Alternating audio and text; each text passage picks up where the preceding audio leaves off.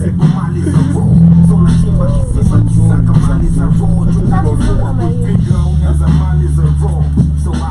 want you to sit back, relax, and watch this direct. This is the sins of our fathers. Yeah.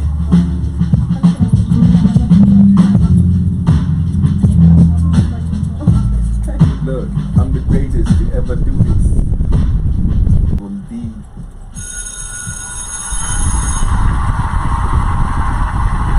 Welcome, good people. Ladies and gentlemen, boys and girls. I'm doing blue. Maarif na maadui. Maarif maadui. Sup, cuz? It's blue everywhere. Sup, cuz? What's going on, man? Sup, cuz? I'm blue. What's poppin'? Orange. That's what's up, man. How you got in, man? We're good. How are you? And I feel Maraya kwanza. Manze, look, I've never actually bought denim before. Never. Nilikuwa na jishukupa. Never seen him with that denim. Joby sounds sure. Never seen him with that denim before. But hadi Joby alisema ni kali. So Joby akipitisha rada safi. Kwanza Shmani alipitisha, wewe ndio hata naona tu pale una hate bado. Haiwezi. Haiwezi. Hizo shoulder straps.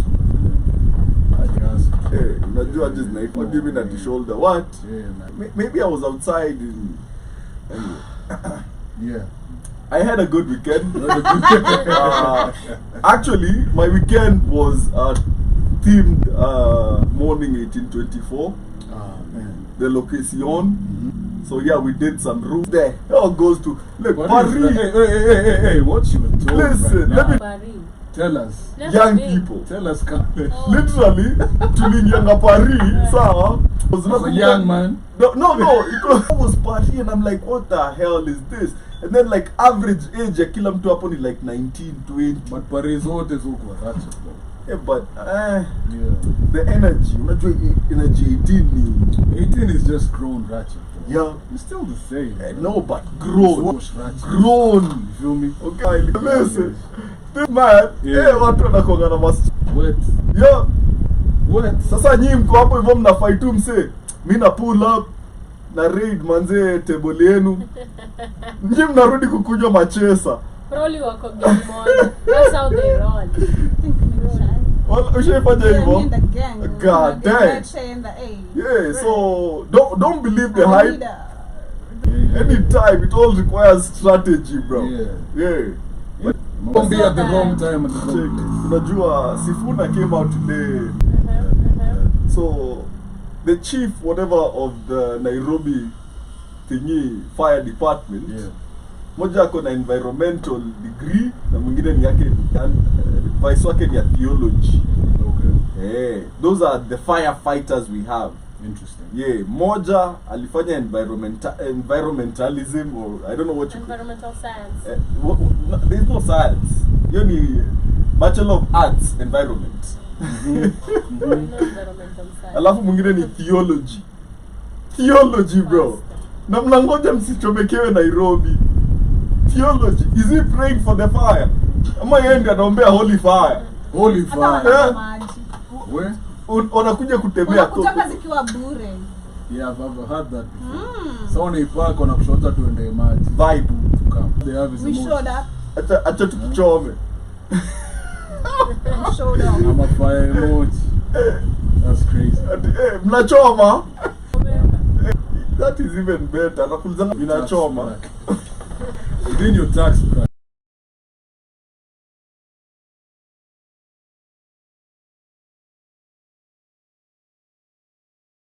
Now for him to prosper, you are the problem. I thought we spoke about unicorns, you know. Those were your thoughts. I thought last Tuesday, that was on Thursday actually, we discussed about Kamlesh doesn't acknowledge unicorns. I mean, so we know. You want me to stick there? I bagami. I know. I bagami apply. One time. This is not Kamlesh. This is Kamlesh with the shades. This is a different character. Yeah. You see me? No, I don't see you too. Listen. Yeah. Joby, let us know, man. Both. I've done both. Okay. Yeah. So above your tax bracket and below your tax bracket. Yeah. How was both of those experiences? Mojo liteseka. Of course, Mojo nateseka. You know, the one living, having someone who's below. Yeah, but again, I did it willingly, so I can't complain. Okay. But of course, it hurts. You know, where you have to provide for someone, then they end up being shitty. You know, they don't want to see the best out of themselves. Was it because of where they were at life and they were just lazy? I explained this before, and you guys, I think you can connect the dots. Lazy. The same dude, you know, Okay. from Dubs. Shout out to you. Yeah. Cheki Morio mavaibu. Vibe. Vibe. Shlong. Cheki. Yo, for any chick out there, if you wanna be handled properly, Get a look broke for guy. a guy who's broke and doesn't have a place to stay. Man. Anakushughulikia fiti. Atakulima kama mluya. Yeah. But Na how kama- can Sakuka? Like a homeless mluya guy. Si, anakaa Si. mkwako. Amechoka Shadow couch safi. Mimi naona shmani venye ana smile. Ushai host mtu kwako? Nimeosa. Imekuwa tabia yangu. Imekuwa tabia yangu. Unaona hata watu husema eti I don't know, but I've had this behavior where I don't feel comfortable going to your place. Pull up. I don't know. I think because I love control. No, like you told me. What do you mean you like I love like just you have to be in charge of like the I just like environment to be and like myself. So I feel like Ruka kwa ile probably- balcony uliacha kwenda na wengine. probably Kumbe ni going- trauma. probably going to people's places is kind of weird. And if I'm going to your place, eventually I'll go maybe once or twice. But most of the times you're gonna meet is going to be at my place. What if the guy sees it the same, like it's weird to go to the shortest place? Then you're not seeing me. Then you're not gonna see me. There's no in between. I don't Airbnb. I don't know, Si but wote tukue uncomfortable. Neutral ground. Neutral ground. I love You've also- never been here. I've never been here. We don't know where the salt is.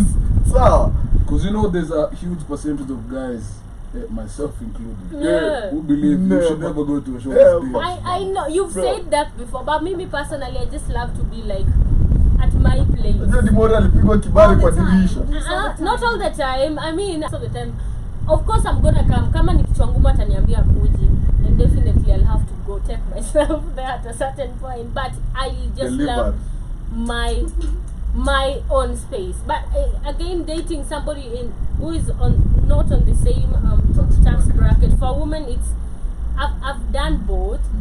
Where when you date somebody who, I remember this time I was like I was broke, like no money, like hakuna kopo. So I met this guy, very very stable, right? And so alikuwa ananidharau.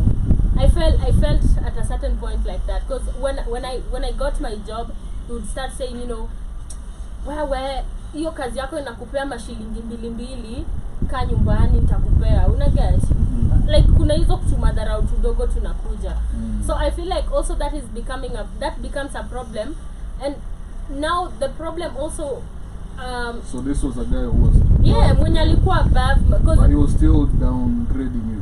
rent, you know, that time it was so bad like that. And then I dated somebody who had established himself, so of course he would do things. And I also realized he wanted to like anieke tu hapo nikae. Yeah, he's telling me, stop going to work, just stay here, I'll do anything, and stop living alone, come live here. So that I control, and it comes with a lot of control too. And then when you don't do those things, and then sometimes he says he's gonna do. If I was a woman who would be like, si ameniambia niache kazi, acha nisiende kazi, ni chill. And then mkikosana, Una place ya kwenda. akupei do kama alikuwa ameamua anakulipia rent, time ya rent akupei rent, unaelewa? So you have to isipokuenda, you'll still come back to crawling back to me. And Is it really blackmailing? yeah, it was me. I felt like it was blackmailing, because at the end of Is it blackmailing or enticing? Like I feel like it's anakuentice with the money. if it was enticing, you'll be like, yes, I love to be enticed. You didn't like it. Sitaki ilo story eti because sasa wewe unajua sina ukweli like you're taking advantage of my situation, so you can do wrong anytime and still come back and pour your money. And because I don't have, I don't have an option. Lazima nitarudi kwako Chop it. crawling. Unaget? Chop the money. So that is also a problem that comes with. There are going to be benefits, of course. Auta survive, Yeah. but again, there is mental. I don't know how it's called. I don't say mental torture, but It is mental torture. it's kind of mental and all that. You know, I've just explained. But also dating somebody below you in a quite stressful as a woman, because first and foremost, a man is supposed to be like a provider. For me, that is my first P. First P: provide, protect, penetrate. So if you're not providing, I don't see you as a man. I'm just so sorry about that. But I would want you to take your space as a man. Even if I'm gonna be like a support system, I'm gonna be You like, have your thing going yes, on. even if I'm gonna be helping 1-2, but I want you to just Gari inasonga. ukue tu hapo, unaget, usikue tu mtu mwenye sina kila siku. I feel like it's, and then having this conversation about now finance in a relationship, it's one of the hardest thing. Very not even hard. sex. Yes, it's not Yeah, sex, yeah, is not yeah, yeah. financial. Money is- Unaenda kuambia umse yeah. cheki, it's hard to How we start, doing and this? then ujikata react aje, will he actually feel, you know, That's true. intimidated That's and true. stuff like that. So when you're going to have a financial talk with your partner, you don't even know the words to use. Probably you'll say this and it might sound bad. Probably you'll say this and it might sound like this. So it becomes Bora tu usimpe mshahara wako yote. sasa hiyo ndio shida. Juu mimi pia sina mshahara. Sasa si I'm kupatia always I'm the needy girlfriend in a relationship. Let me tell you, Your if money I'm is working, your money and his money is yours. yes, our No money. share. Exactly, but I'm not stingy, you know. without flinching, bila kusikia baridi kwa What she mdomo said. amesema exactly. Exactly, I'm not on. stingy. Yeah, Like I yeah. would, if you're giving, I'm gonna give, but I'm not gonna give like the same You're not you gonna giving. do- Yes, yeah, ukinunua range tanunua, or people who already, I bargain, I yeah, bargain, and then you I start bargain. feeling like, Kwani mimi na- "Man, kwani what, and then you unajidanganyaga eti he'll get better. Tumpe tu time, atakuwa fit, you know, and you give more time and more frustrations come. So when frustrations come in the relationship, anything this guy is gonna do, utaona tu that fault of his. Okay. Why are you not? Interesting. Yeah, stuff like Broke that. guy. Man like Amlish. Yeah. Wagwan. Rada fisa. Bado What tuna are your experiences with But I people prefer above people or who below? have more. well, We know, Shman. I prefer. We know. well, look. Yeah. First of all, mimi sina courage ya kudate dem ameosa Ameomoka. kunishinda. I don't have the mental fortitude Yeah. to deal with that woman. So let me ask you this. Yeah. To that specific point. Mm-hmm. 2 chicks. The first one, self-made, got out of college, got a, like a well-paying job. That's option 1. Ameosa kukuliko. Option 2, ana adiwera ama nini, ni family money. Would that make any difference with you? Yeah. Yeah. Let me tell you, self-made just tastes better. Not like that. Come on. But you see, somebody who's self-made knows the struggle of making it. Okay? And with such a person, if you're actually on the grind as a man, you can have a conversation about the come up, and they can even give you tips about the come up. Yeah. But family money is just messed, bro.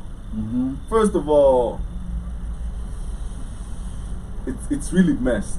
Like, this person has no idea what responsibility looks like, what accountability looks like, what financial integrity looks like, what financial discipline looks like. So you're there with your 40k a month, and are spending you 40k on a Friday night, and you're trying to tell her how you're going to plan. 40k mwezi iishe, bro. It's like talking to a tree. You're not speaking the same language. It's like the thing I was telling you the other day, right? Like, there are spots you go to in Nairobi and you don't feel like you're in Nairobi anymore. Because, like, yo, check it. And you mnashindana huku. Yeah. You're like usually here on a daily basis, eh? Unajua di bartender on a first name basis. That's light. That has way more money than you. Either way, Unicorn or not. it's stressful. Yeah. Because for men, money is It's tied to ego, tied to ego, ambition. everything. It's Yeah, tied yeah, to even your confidence levels. Ushikuwa na kapesa kwa mfuko. Oye, kuna mmoja alisema kwa doba, doike kwa mfuko, Yeah. mboshe iko na pilipili. Mbaya. Unasikia cheshi. We, takugonga na bia 3. So there was this guy mwenye alikuwa anaambianga watu cheki ni aje. Umeongea sana. Ukae chini na hizo bia 2, ukiendelea kuongea unanibaia bia 2. You know, kiburi ya pesa. You get, and that's money just gives you a certain level of confidence. True. And when you don't have it and you're rolling with a girl that's got it. Yeah. Bro. First of all, her friends. Will not understand the dynamics. It won't make sense to them. First of all, her friend. Yeah. It doesn't matter if she's a unicorn or not. She hadi anaweza kuwa alikutumia hiyo pesa wewe ndio unalipa. Kwanza hiyo. Sawa. Unaslaidiwa ka credit card chini ya wao. Pini. So you know Unatextiwa pin. See, you know the pin. Yeah. See, it's not the first thing. Uko pale hivyo. What is the universal look ya chali mwenye analipiwa na demu yake? Yako nyuma yake ameshika hivi. Anashika hivi, anatoka hapo nyuma ameshika demu yake from behind. Pale kwa counter. Kwa count. Never let's go. Anakuwa tu hapo nyuma ameshika. Chukule PK hapo pia. Bana, si ka TikTok baby. Unajua mama God. You know, hey, check it. Don't be that guy. That's what's And that's why we say date within your tax bracket. Come on. If you're broke, don't date. No. Yeah, Hey, don't date, bro. listen, just date somebody broke like you. Sawa, mkulane na umaskini hadi muomoke ama mkufe. It's either of the two. Ufukara kama cheki. Die happy. Of course. Listen. Yeah, because there's this school of thought I saw that says, you see, money is a man-made thing. Yeah. And that as a broke person, man or woman, you shouldn't deny yourself Happiness. happiness. Happy sababu manze uko broke pia. Don't be happy and broke. Yeah. Choose a struggle. Choose how money actually brings depression. More money, more problems. Yeah, people never understand that. Like, More money, you more think Right. you think the richer you are or the wealthier you become. Money scores bad though. No, I don't just It's want to be Cosbano. broke. No. Let me Listen. just get depressed in money, you know. Let me ask you. Kwenye range, Yeah, roba. like Let me- I agree. You know, there's a certain level of you have money where, yeah, you can live good, but you don't really have money. So let me ask you this: like, how much money is like I got money now to you? I mean, much is never much. hata ukiwa na like You Si ati know, millions and utaacha millions, kufanya you kazi, si ati always want- utakuwa ambitious ama No. utaendelea kusik Ama more. what would be like that comfort point? Yeah, and you go like, Yeah, at least. shaky, Sahi neza pomoa. as a zoza. I don't know. Wala. Like cause I'm thinking once in a while Or you're saying you can't. probably ever be content. money yenye watoto wangu hataifanya job. Okay. Una get? Okay. So let me tell you now, that kind of money is what we call sad money. Okay? Yeah, I want sad money. Like, I'll cry in Bahamas. Louis. I'll cry in Dubai. I mean, yes, I'll cry over there. and this is Cry fast. I'm not- Yeah, first class. as I First say class this, tears over here. as I say this, I'm not advocating for poverty. So go out there, be ambitious, get yourself some sad money. Period. Exactly. But this is Wewe what pesa unataka, you can't even enjoy life, bro. You That's what can't this- walk on the streets. sad money Come on. you get. You And can't this is- even sleep at night. You need sleeping pills. Wealthy There's people no don't machine. sleep. Bro, wealthy people don't sleep. You know why? Money always talking in their ear. Come on. Just like, man, let's do this, let's do that. Well, I Oh, think it's this, relative. this. Success is relative to everyone. Yeah, true. Your idea of success. But wealth is wealth, okay? Yeah. Wealth is wealth. You can have health your- is wealth, bro. No, It is. listen. Why would you have $1 trillion in account na uko na cancer ka 5? I didn't say that. Hebu ndo kaambia mse mwenye ako very healthy pale hivyo amelala njaa siku 2 umwambia ako wealthy. Kama atataka kazi. Na si Kama pia, kama atatambua hiyo health. na hiyo pia ukiendea yake. billionaire atataka the same. Haina noma but But najua. Lado. Z atakuwa like, I have all this money But I'm sick. but I'm fucked. I'm effing sick. But if I wouldn't be sick, I'd be okay. Yeah, for sure. Yeah, so it's wealth is You'd not not be money. okay. You'd be broke. Listen, being broke is not. What? What? You forget. Because I pesa sikuchukua. Ushaipata unakula 1 meal a day. Mad. Check.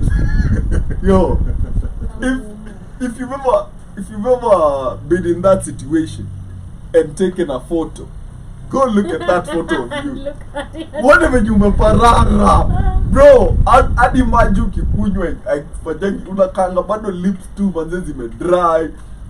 Ukijipaka lotion bado meparara. It is not because these things are not working. You're broke. It is money. That's true, man. Pesa, sabuni ya roho na ngozi na kila kitu. I promise that's facts, because sometimes when you're broke, I become sick. You're ukweli. Like, sick, like, I'm not lying, like, nanza di kutapika. What? Ukweli, like, I have, You're like, allergic to migraines. brokenness. Yeah, like, migraines, like, I become real sick, and I was in denial, but I just realized that the moment I get that M-Pesa, like, everything changes. Like, Oh my God. hadi headache haiko. Money is the embodiment of I person. get I Huh? get migraines, me I too. get Like, headaches why, that But point. no, I won't talk. Lakini kikuja unafurahi tu fulani. Wala. Even your mood changes and Yeah, the stuff mood like. can change. Mood So, changing you ni But the kawaida. mood, no, of me I Of get course, what do you mean sick. happy without money? I mean that, like I Kuwa mgonjwa. get real sick. But when the money comes, everything just works. Like, Yeah. hadi migraines Kichwa inaenda, inapona. hadi You're nasikia no like, longer depressed. hadi niende hata nioge, like Unaweza uogi shika masimu kama sasa. kwa broke, uogi, like you just get Unaoga na uendi mahali. that type of feeling. But again, what I've also noticed from a woman perspective, when you asked, HR was talking about, some the family money.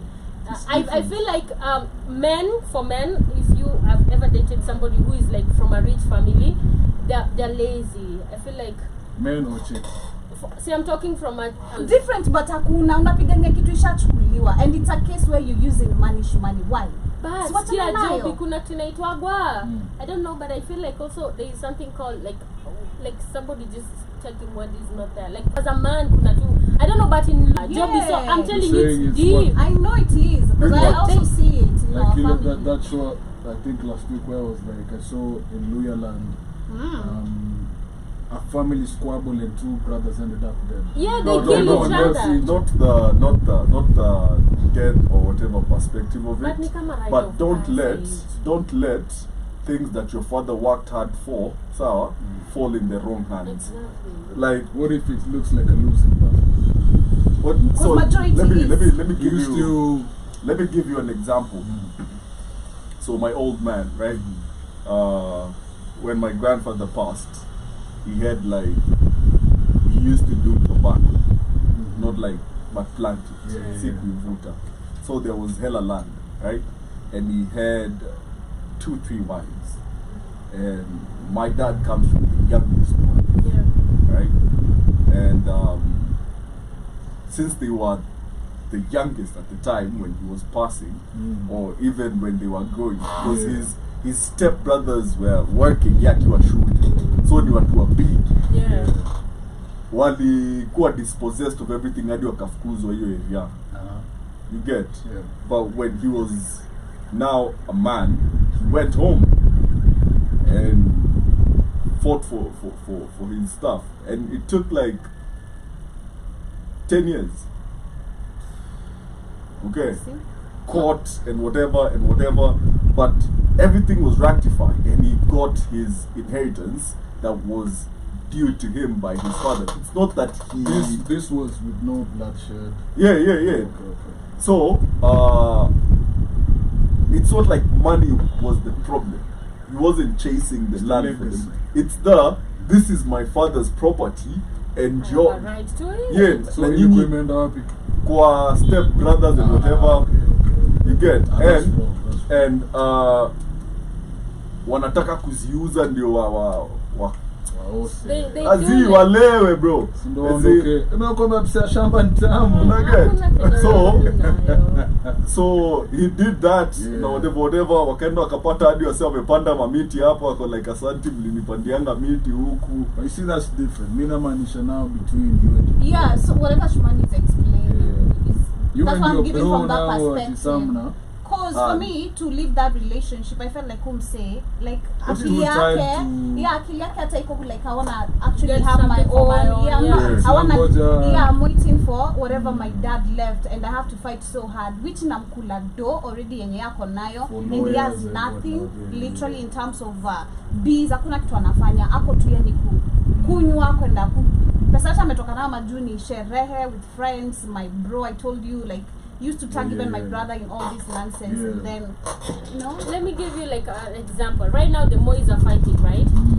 Right? And the young ones are now wamekatazwa do. They've been cut off like completely.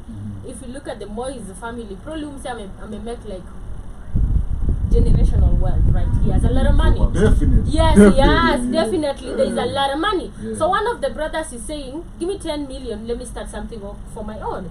Na wamekata kumpea do. Na ni mtoi wake. Unaona, in such situations, you're like, this is my birthright. I'm supposed Actually, to. no, listen now. Why? As your father, Yeah. you have no. Is that the son or the grandson? That's the son. That's in the family. No, the grandson tomorrow or the Tomorrow. great grandson or whatever. I don't care. I don't know. It's I don't the care. family. It doesn't even matter if it's the Mois, Yeah. the Joroges, whatever. So, if you're my son and I'm wealthy and coming to me demanding 10 million, you go do your thing. Bro, do you even know what 100K looks like?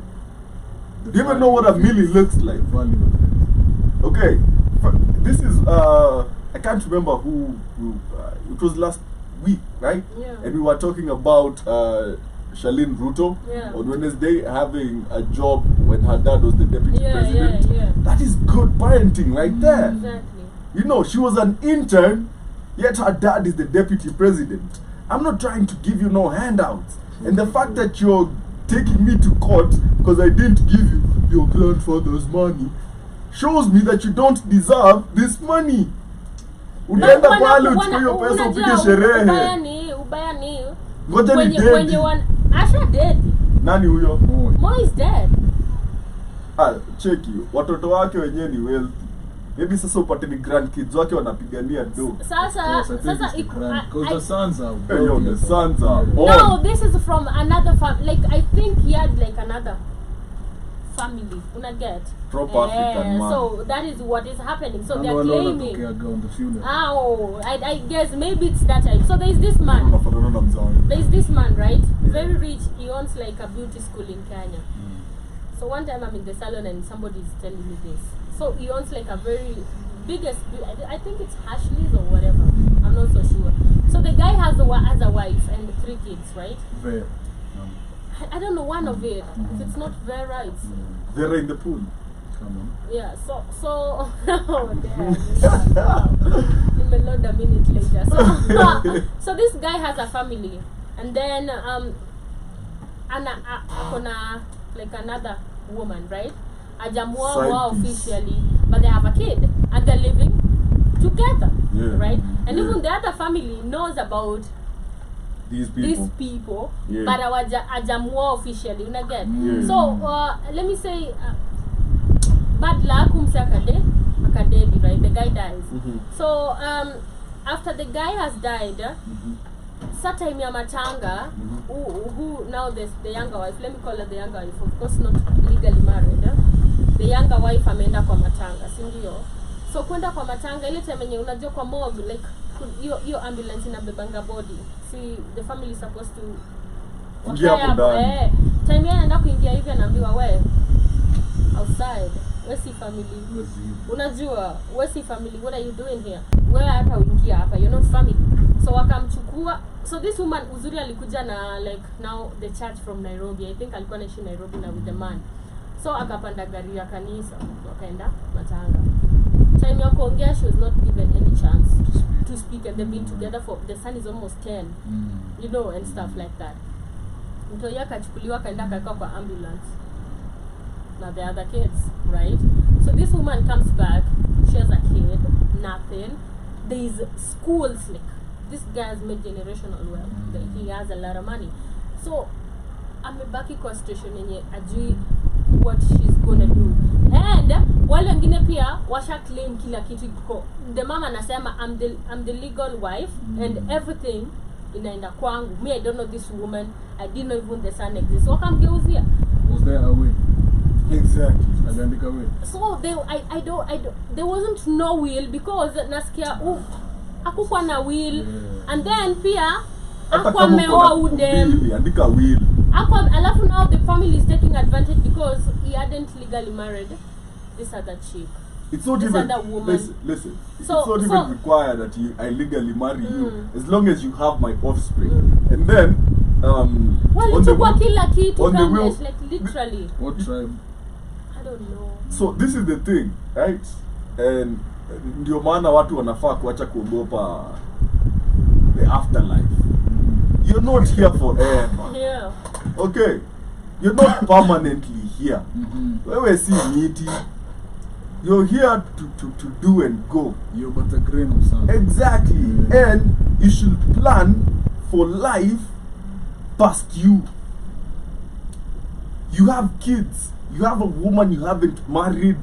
You have kids together. It's not even about the women at this point. It's securing this kid's life. Because trust me, he knew his wife. The first one, Ali Jua. He knew his kids. Yet he didn't protect his other kids from what these other people were capable of. Fine, emotions are running high at the funeral. You might not be allowed to do all those official things, right? We can chuck that down to emotional whatever. Turmoil. Yeah.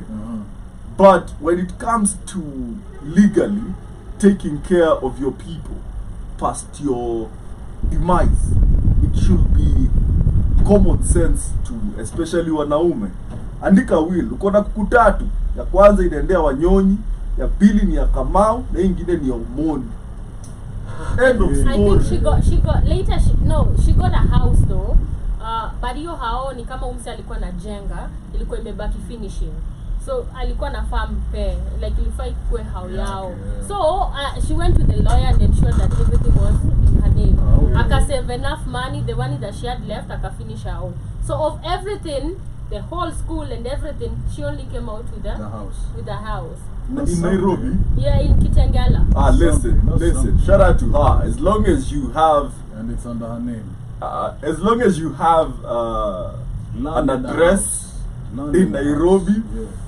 May think, okay, as a guy, may think maybe sitatoka kwa hiyo. Yeah. Because may see, and I hate to say this, but I see my dad wakifight here. Still. Yeah. Like my granddad passed when I was in high school, but up to date they're still swapping over. Ile kwa shake inafai kwa yani sema. And me personally, I do not even look forward to when my dad at I don't look forward to it. Sure, they saying when your dad is gone, is when you realize that is the only man that wanted you to be better than him. True. You know. True. And that is the moment you realize, especially if you're like the firstborn or the first son, the weight that man carried. Because now you're the patriarch. I get that, but I'm just saying to say this. Like, personally, I'm not sitting to... Yeah. You know what, inategea, mzayo umekaribia 60, ngapi na? Lafu waishedio ako 90. I'm older than she. Giving Mr. Ibu vibes. You're happy. This man's daughter. Giving that vibe. Ishwena. All pictures, and you know, even before that they were fighting for, like, they stole his money. His hospital bill money. But you know that's the most Nigerian thing ever, right? It's the most Nigerian Thing ever. It happens even here.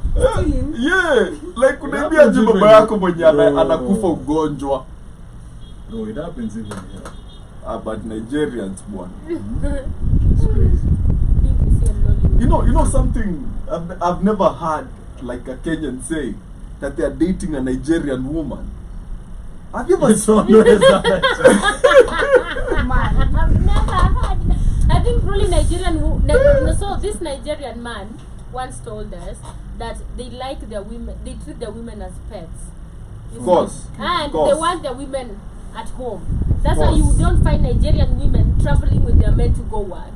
Wao wanafanyiwa kila. A lot of Nigerian women don't travel much outside because they are wao wanabakingi home when their men go to work. You go, you buy that mansion in Abuja. Yeah. You put your ashawo in there, and you get like a watchman. And now your ashawo is ashawing with the watchman while you're in Nairobi, facing this harsh sun. Okay.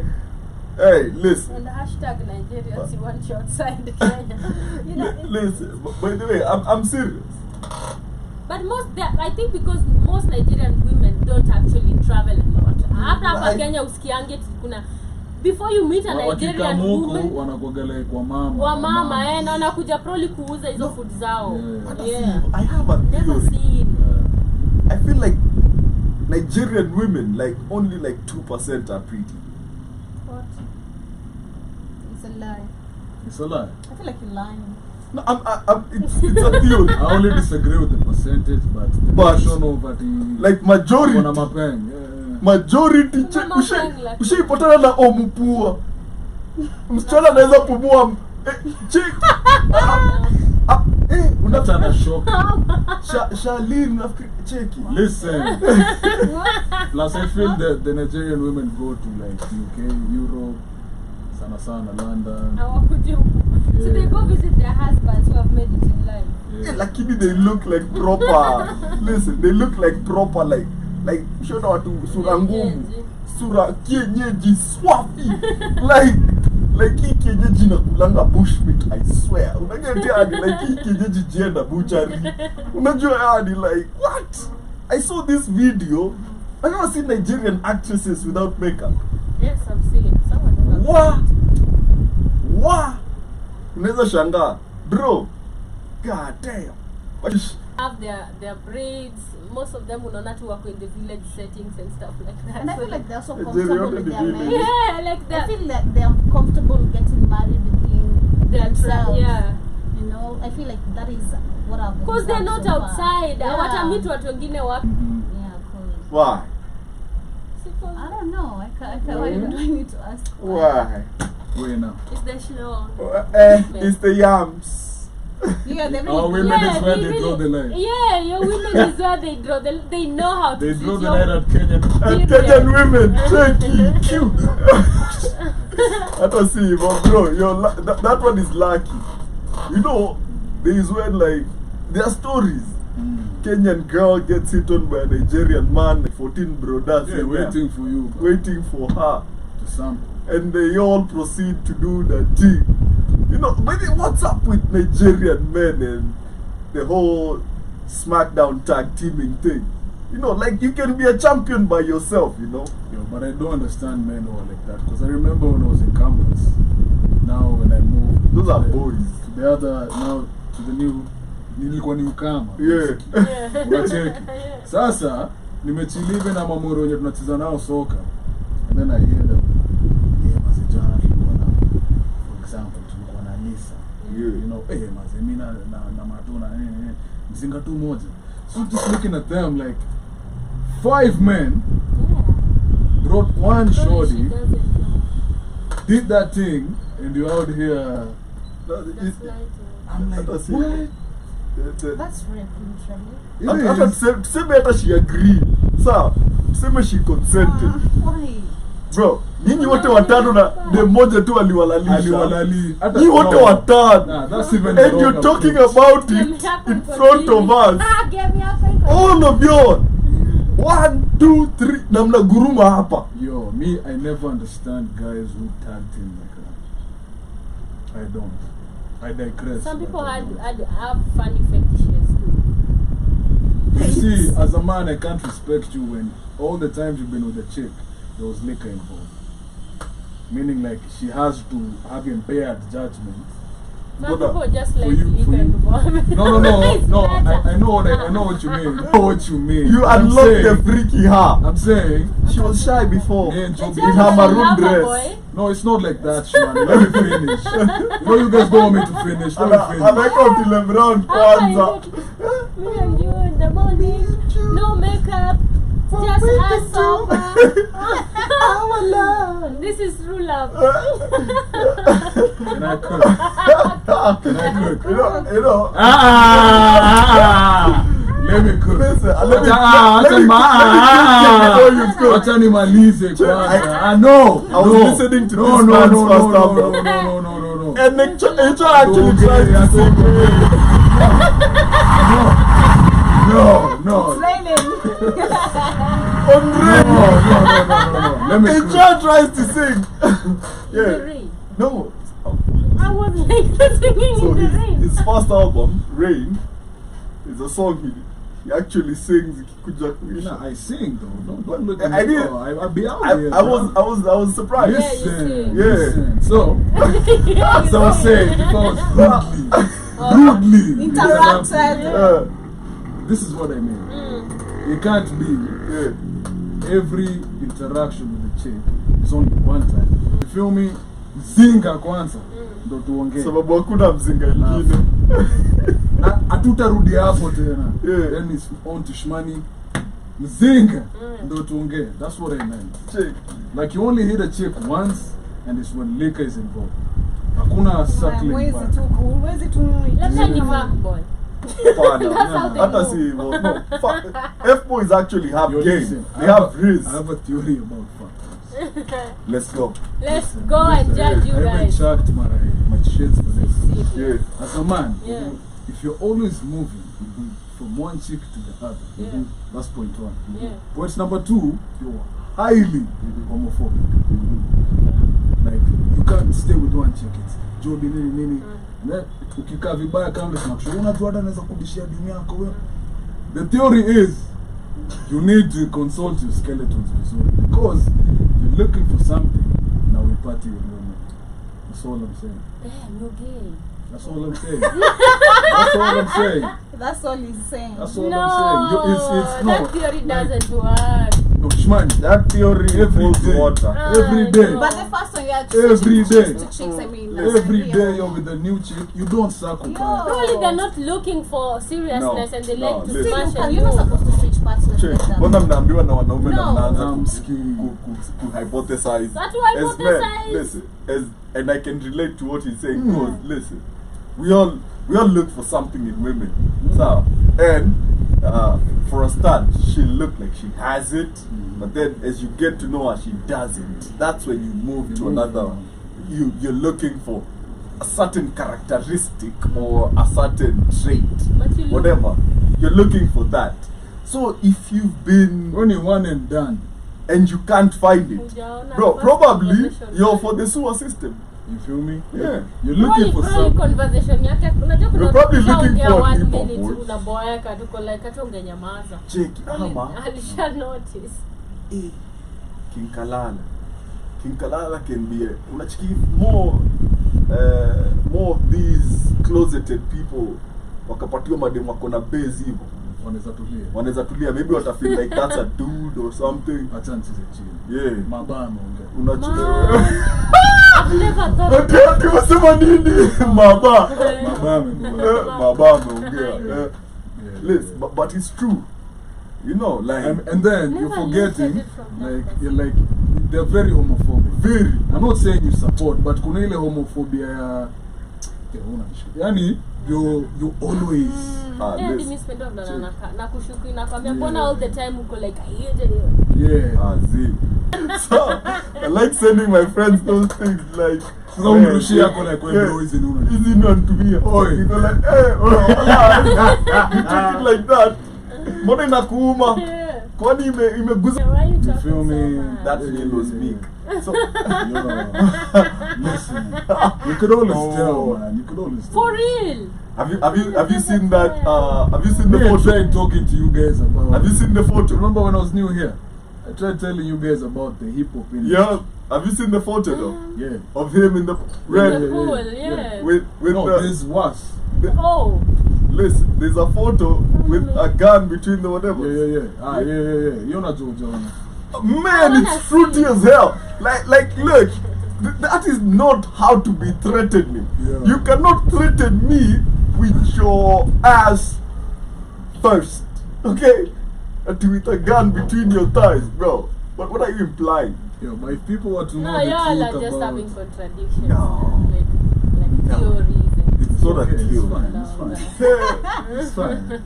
Trust We me. will revisit when you Another when one. you're ready. Another one said, Yeah. to get into Diddy's pool, you must be really in. You feel me? Yeah, to get in Mm. to Diddy's pool. And he was saying that while in Diddy's pool. Mm-hmm. And then it's the photos of every time that rapper is with this guy, the body language. Body language. Woo! It looks like you just And it's got not violated. just him. Yeah, like It's a bunch of rappers. yeah, like shit. Have you ever Sure, they heard look them what- say the best party is Diddy's party?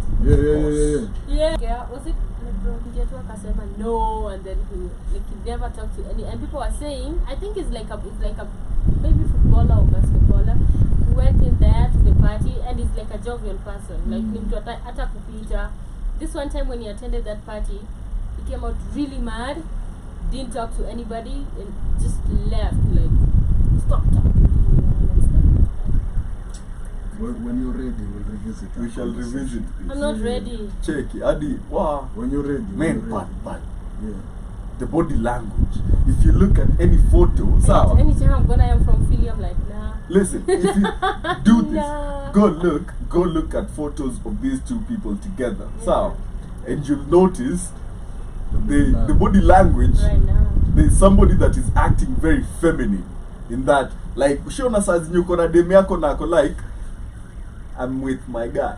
That energy, I'm with my guy. Kako tu hapo hivyo doesn't unaget yani, like, yeah, it looks what, and then that whatever with the red boxers though with the gun in between. Oh, it's crazy. And then him calling him daddy.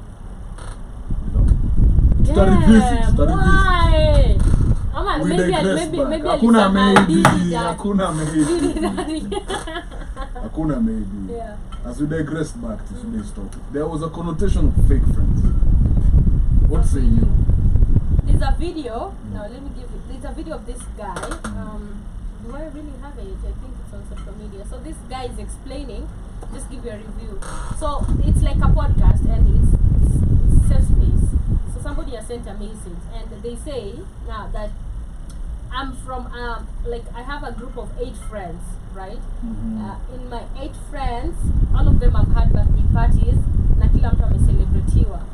And those people who have not celebrated their party want to organize a surprise party for these people. Yeah. But when my party came, they forgot. They didn't celebrate my birthday party. I even went ahead and baked a cake and took to them the cake. So akiwapelekea wengine were like, no, I'm on diet, of which I understand. And some were like, no, I'm not just gonna eat that cake and stuff like that. And then somebody asked, or somebody like suggested, why don't you just leave these people? And then he says, it's deeper than that. We have like projects together. They're students, so probably nima. Yeah. And I Okay. believe actually in real life space, and I don't know how many people have experienced that, but yes, so many people question like that. So you leave, but you try to look at the gap. For me, what was holding me back is the gap of friendship we've had. It's been like years, counting like a year or 2 or 3 years of friendship. It's been years, and then you try to look at how these people helped you when you are much in need at the beginning, but they can't switch up. They just different people or meet different groups of friends, and you're still stuck in the same position of demanding and needing help, but they are literally elevating and meeting groups, watako level yao, I'd say, but we're bado kwa hapo stuck. So you'll find majority of the times, maybe when you're going for parties or when you're going for events, you're literally the least needed there. you know, You're the the slave. least included. Wewe ndo And unatumu. I remember there's a time, it was my, that's why I related so hard, because it was one time my Yeah. birthday and I was left. Like after I turned up for these people's birthday, I literally showed out, cooked, I did a lot, like cooked. And when I say cooked, like I really, you guys know me, I love Yeah, cooking, yeah, but yeah. I cooked and it was watu wengi sana. After all this, umse, hawasi. Birthday yako. But then niliachwa kenda Mombasa. Come on. After being On told, your birthday. yeah, after To being told, celebrate oh, your we're gonna birthday go without with you. you. We're gonna go with you. Don't worry, we're gonna even bake a cake for you. Mind you, it's not anything. Nicole like, hey, you guys have decided to throw a party for me. I'm like, hey, that's nice. In Mombasa, no In less. Mombasa, hey, the Come day on. niliambiwa we trains zimebukiwa na kuna sita kwenye imebaki. Nicole like, it's okay. It's all cool. That's But what's up, that's it is so sad, and I feel actually whether it was a lady or a man was explaining this, and I understand actually being in that position. And I remember also for me, I had projects, the same thing. I had projects Things that I going. was waiting, Yeah. for them to, like, you know, when you have your hopes and dreams high, Yeah, especially if you yeah. have a circle of friends when you're not kusaidia, but they really don't see the potential in you. Yeah. You know, it really hurts so much. And the advice to this, or the lesson to this, I believe, is that you should always check on yourself first. You know, we too much invest on people's time and attention, seeking attention, you know, that we forget that we also need to exist, and you can actually make it on your own. You don't Yep. really hit later, because I love the way it snaps back on people right now. You know, yeah, it hits later. Like, yo, that was something special I lost. So, yeah, that's my thought on that. Because we do have such kind of friendships. Okay. Why you invest so much, but was say least invest on you, and you're always gonna go back, but was say one notice like, hey, I'm trying to be, stop fitting in. But I do believe the best part about it is once you realize people are like that, you just face, right? You just move. Of course, it's not gonna be easy because the people invest a lot in friendships. You know? True. The people who are like, I'm giving my whole, like there's no 50-50. I'm Yep. giving you 100 as a friend. But if I realize, or if you realize, like, yo, this is not my space, like how I say apana, you just move. And it's always like, they will come to regret, but you already having your peace. I do believe from hii story ya umse akisema we have projects. Mimi nikiwa kampo, hata sikuwa nawaona, hata tulikuwa projects tunapatana siku ya kufanya nini, siku ya presentation, you know. Yeah. We never, like, you don't have to be friends with people who you are in a group with. That is Mshinda like, pamoja. why? It's not a must. Like, mpatane, daro, like, presentation, do your thing and go. I feel like ako in denial, like ashaona hizi vitu zote, ako like check your assess mabeste wangu, but ako like I think it tuko na comes project. from also trauma of lacking acceptance. I think Exactly. something like that. Because for me, I think that is what it was.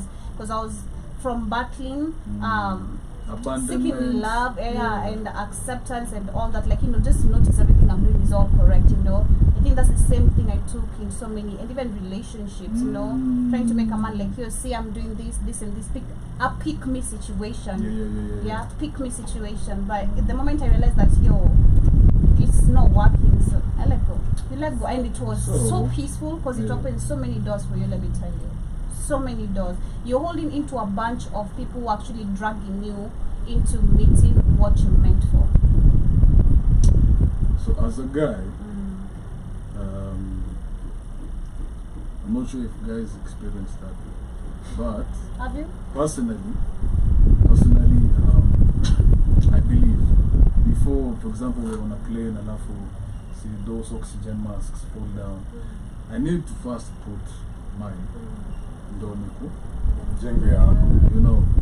And as a man, I believe you have to fully be comfortable with solitude first and foremost. I guess you tumezoeshwa na society mazuko one, you know. And another thing, as a guy looking at another guy and you have so many friends, I can't trust you, because it means you're either conniving, you're fake, or something.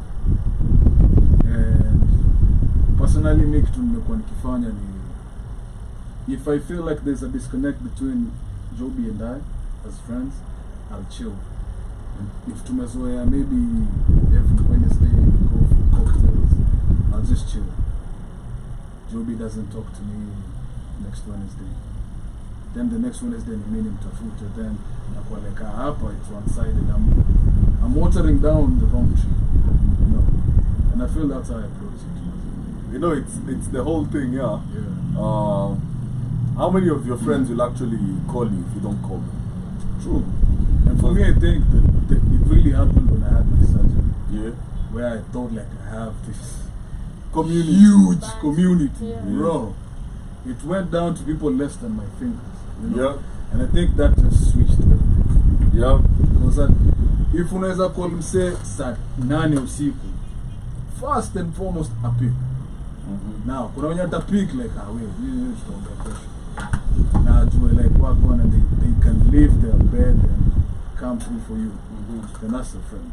Yeah. How wengine ni acquaintance too. Yeah. Chana. Yeah. Yeah. And you should know the difference. Yeah, yeah, You see, yeah. Joey asks me if I've ever been in such a scenario. No. You know why? It's simple. I like to be where I'm wanted. Go where you want. You know, Where you're tolerated. like, Yeah. and personally, I like my circle, you know, and as a guy, we always say this, no new friends. Yeah, no new friends. No new friends, right? I know my people, like ni huyu na huyu na huyu, sawa. So, mi sitatafuta nikiwa na form, si ati nitaenda kutafuta like new people. And kama kuna form, na nyie amniiti, mbona nikuje form yenu.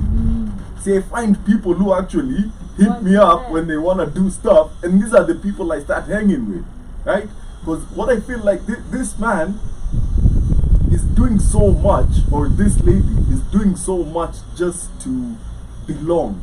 Exactly. It's for Yeah. validation. You know? Yeah. It's a big situation. Exactly. For these people to go like, hey, yo, look, hey, cheki, tuadisi huyu kwa rende. And I feel like he's the new guy in that whatever. But when you're the new guy and Or he's the you broke don't- guy the in broke that new friendship. guy. Yeah. Unajua ndo unaambia yo maze nimesahau ndio shika sumpeleka gari. But- Anaanzaga hivyo tu pole pole like oe check it is maisha so fike bro you're not equal to them. You know, when do That's unaambia why- waiter waiter? Sasa wewe ndo unashtuka mazee wameenda Mombasa. Na wewe hauko. Wewe unatuma Na ni birthday yako na celebrate. unatumia Mapicha za Happy birthday yako. Kama watakutag. Keki iko na jina yako na hauko. Yeah. Wish you could No, be I here. believe it's always a learning lesson personally. It's not True, like true, I true, true. regret going through all that. It taught me a lot, Yeah. a whole lot.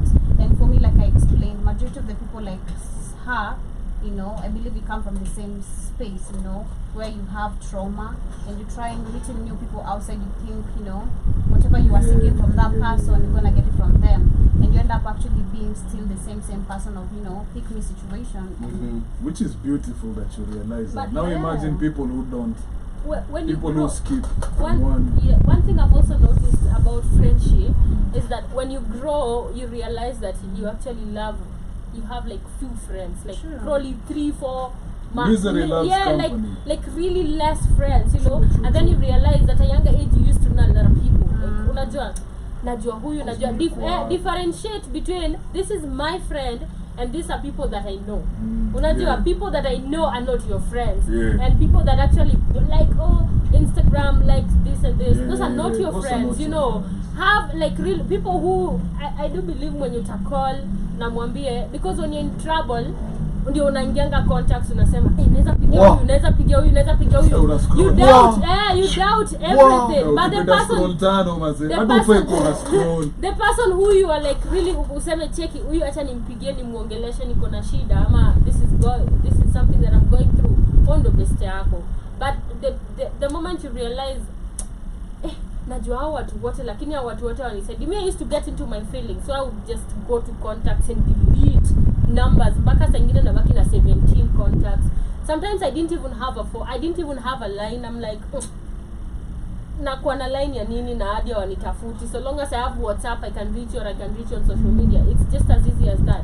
So the moment you grow up, or the moment you una realize, even the fewer friends, the better. True, like true. the fewer people I know, the better. The more people I'm knowing, more trouble, and you're More gonna meet more drama. drama. You're gonna meet a lot of fake people. You're gonna meet a lot of fake friends, and May I love it's my just too life. much. You know, not a lot of people are like Johnny and Shmari. They get stuck in that cycle. And you move from this friend group, you move to the other one seeking validation. You mean move from friend group to friend Yo, bro. Yeah, it happens, bro. It does happen because you're seeking, and before you realize actually what you're going through, it takes time again. Because me took time to understand what am I really going through, what am I seeking, you know, in relationships, in friendships, you know, and how trying to imagine also how the person who made me go through all this trauma, how I was feeling. The same feelings what I'm actually feeling when these people don't reciprocate to what I expect, you know. So it's like, oh, so I'm hurting from this experience, and I need to actually come into terms that I went through this, but I can't find whatever I'm seeking through this, you know, from these people. You know, the same person through these people and all that. So it is. Sometimes pia na filigi ni pia venye uliraiziwa. Have you ever felt like that? Like probably from the way you were raised, like giving a lot in a friend. Like you might have a friend, right?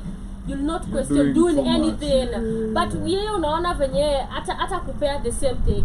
But for you it's not a problem. I do believe to me it's you who likes giving. Yeah, like true. it's the way you were just raised to be like a giving person. And that's just what you know, and so people sometimes might take advantage of that, and so utakuwa like, man, mimi naweza fanya hii yote bila hata kuquestion, and I won't even feel a pinch. But ikifika kwako utakuwa unaniambia, there are those even friends who call you, hey, by the libaki hido, libaki hii, ilifanya hii, uko like, Yo, no bro, cheki kwanza kuni ati deni za sherehe. The hell? Ati jana. you know, right? Yeah. Mimi on Friday nikikushikia kila kitu saa tu kutumia deni yote ati this msela kushikia 300 asubuhi. Cheki ndugu bili yako kwangu. No, sikulipi. Sawa. Look. Is that your friend? No, we had to cut that nigga off, man. That's not your friend. Pardon my French. We had to cut that man off. I feel like if you're going as a big group. No, listen. We don't hang out in big groups. No, Ama, if you're... Okay, all I'm trying to say is... Yeah, sometimes Let me go in a discussion. Let me tell you the story. Let me tell you what I hate. Any Any statement too. Yeah. One thing I hate. Yeah. You see that awkwardness? Yeah, You're being I I know. See. I hate that. I also hate Hearing that. results to Malisa never die. So, listen. Mimi nasemanga ili tu mnitumie pesa mapema tujange budget ni hao. What we do is I hate that also. si ushika kama ni mamzinga, si ushika collective. Sizishai kwa hapo. Now if you want to do your beers or whatever, that is up to you. So I might be doing my beers, sawa, and nilikuwa nishajekea budget yangu. Nipatane na ngokos. Iko pale, iko ready kuchinjwa. Sawa, iko na queue. Alafu nilete hiyo ngokos kwa crew, kwa meza. Sina shida. Si ndio? Hii ngokos iko na beshte yake. Sasa you as my friend unaona beshte hii ngokos. Uko like si organize your situation. Because ingine kishafika cause you out there feeling insecure wanting to shout. Sasa huyo ni mwenye anangoja ngokos, the new ngokos. Sasa yeye anangoja ngokos. Sasa mkonyi sasa nyi waine wewe na ngokos wa yenye mokota na huko kwingine inaokotwa. Sasa wewe kuku inaokotwa na round 3 za kila msee. Sasa kila alafu sasa unakuja kuni text, you remember that round. Bro, I pay nothing. Nilikwambia utry kufurisha mpesa yako na ifuri. Yo, we have look, tax bracket. Tax bracket. Exactly. It applies to friends. Yeah. Listen, kama wezi roll venye si roll, achana na sisi. Yeah. Sawa. Usikuje kama time in campo you guys. By the way, na tuhang na wase wa majaba kama una gwede toka hapa. Kuna matawi ya nini hapa? The time in campo nimeenda chekwa tikari. Nasikia shule kwa. Msia anaingia kwa gari yako na jaba. Kare. All of them are driving, of course guys. But they're driving. Yeah. And after school, mimi nilikuwa napewa ruabe. So hizo zingine za kujitafutia. Unaona, mmepo ya kuishia na kurudi. Huko ngine huko utakukula nyama hiyo story yako. So we go to lunch. The first day, tunaingia cafeteria, msana angalia menu like no. We go to gallery. Tumeingia chafu. Nimepanda tu Toyota Noah. Nimeshia tu hivi. Happy to be there, you know. Tumefika hivi Java. Nauliza utakula. Naangalia menu. The cheapest item hapa yenye naweza shiva ni 1800. Wagwan. Akisema na it's cool, we got you. So me, I was moving with that phrase. We got you. I moved out, nikashika kakeja kangu. The flani maze rent imelemea. May call all of these homies like yo izao maze rent. Juzi tumetoka kuspend, unaona ile unahesabu imepita kambao. Mimi natisha 2600. Na naomba ndamrudishia. Watu niliblue umse akakopi akaforward kwa group akaniforwardia pia bila yeye kujua. Ile tu unaona kama una forward. Now whatever it is they said niko like and that's the last time I tried to fit in with people of a different tax bracket. Yo, I was traumatized. It's different. And if it's different, you need to be among your people. And live within your means. Within your means. Okay? Don't, man. Goes back to what I was telling you. There are areas, and these restaurants aren't even well known. And they are nice. And they are nice. The only people who go there. And the cheapest thing is 4K. Yeah. And that is a cocktail, bro. They don't even sell beer. Bro, ukitaka kunywa maji hapo sijui. Wow. And you go to these places and you're sitting and you're looking at people comfortably. You know. Nafuliza. Uko pale hivyo, una feel ni kama the dirtiest thing in that whole establishment is you. Kiatu yako mbona ya Subaru. Mbona ukushuka kwa unaget yani. And these are the people that when you find yourself in a position where they're trying to force you, or you're in a situation where your tax bracket is not tax bracketing with theirs. Look, fanya kama hesabu na ujitoe nje hiyo bracket. Come on. So board mass yourself out of that bracket. But I also feel like people want to live life that needs theirs to be seen in this, mostly women. Can I ask you something fun? Who's your realest friend? You want the names? No, I'm asking you. Who do you think is your realest friend? My realest friend? When worse comes to worse. I mean, the people who would call me up for... No, your own realest friend. So, and that is something... I thought you were asking me people. Of course, I am my own friend. But you're a person. But I am me. Yeah. Yes, I know I come first. So, actually, you should be trying to impress yourself. And this is what I'm saying. When you look at yourself in the mirror, impress your bank account. You'll never lie to yourself. You know your own truth. Exactly. Huni mimi hata kama watu wanadhani niko hivi, mimi najua venye niko hivi ndio niko. So once you accept to leave that manage. Okay, chief. Mkubwa.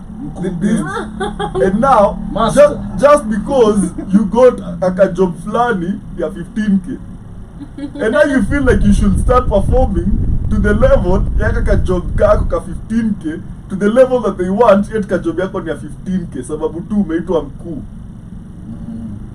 Bro, look at yourself. Kakaanza kushika pesa. And then sasa watu wakaanza kumchocha, kiteneza kuwa mheshimiwa.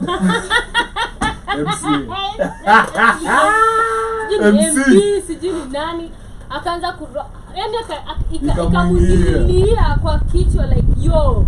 So I'm like, man, umsenda because of ido unajua of course but ujaji establish your sana design. unajua so man walikula pesa yake alidrop like unajua ile story ya sasa ukienda place unawapea tu do give the money Look, I realized too man this is not my bracket so let me just bado sijafika hapo unajua kukula wali that's I'm telling you mkurugenzi mkubwa so nini these people they just wanna eat your money they're not here for you so yaje mkuu yeah cheza kama wewe mkubwa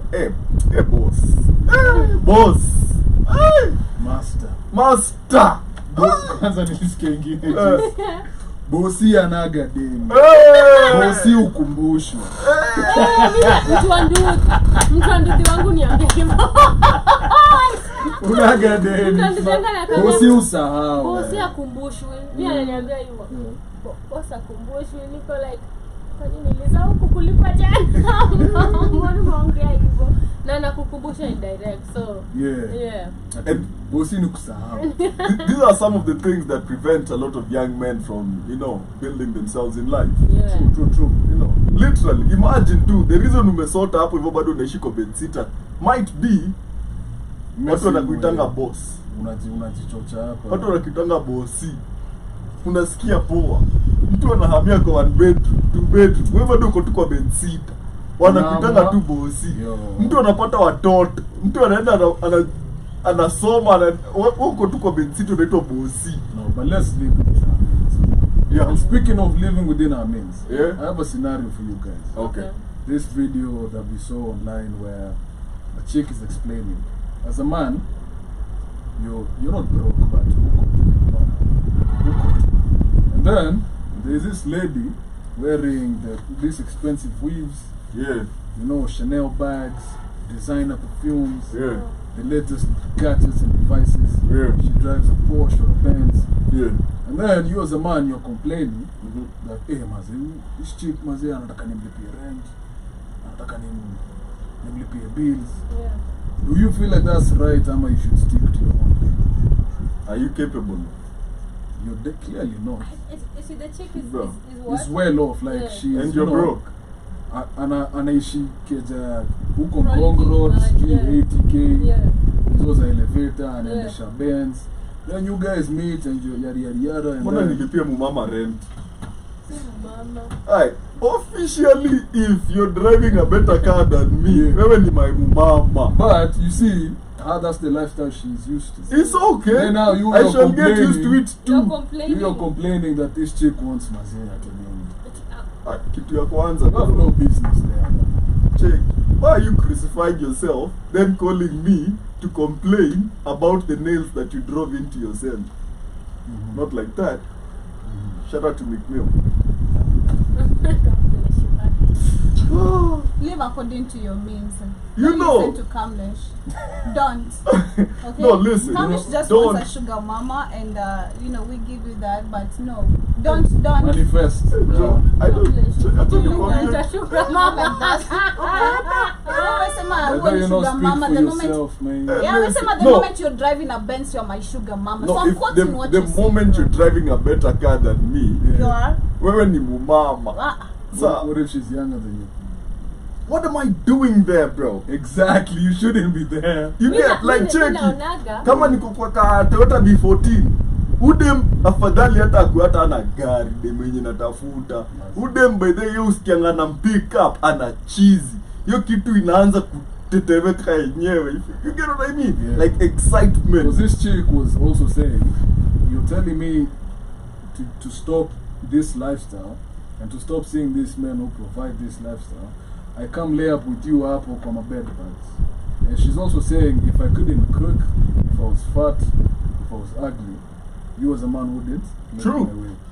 True. So it's middle ground up. I also realized that men who complain, because back then it was like how madem wanapenda wababa. Una get, because You can't. wababa wanawapea do, si ndio? And uko like mdem unajua kwanza wanasemanga udem anataka jia pesa yangu. Hawanaga Hamna pesa. pesa. Unajua Pesa gani? wanaga pesa eti udem anapenda do. Unajua Dogani. I'm like dogani. Yeah. Unajua literally nasemaga eti inakwaga juu awana So they're feeling intimidated with the women who would like want that ama kulize because mimi nimezoea unapewa right. Sasa nikikuomba uko like ude wanapenda do ude hawezi jifanyia vitu. Probably mimi sikuwa najifanyaga vitu ama nilikuwa najifanyaga vitu kivyangu before you and I was used to that. So ukisikianga eti and I used to ask myself, why do you think they would always go for this wababas? Probably it's because of the money.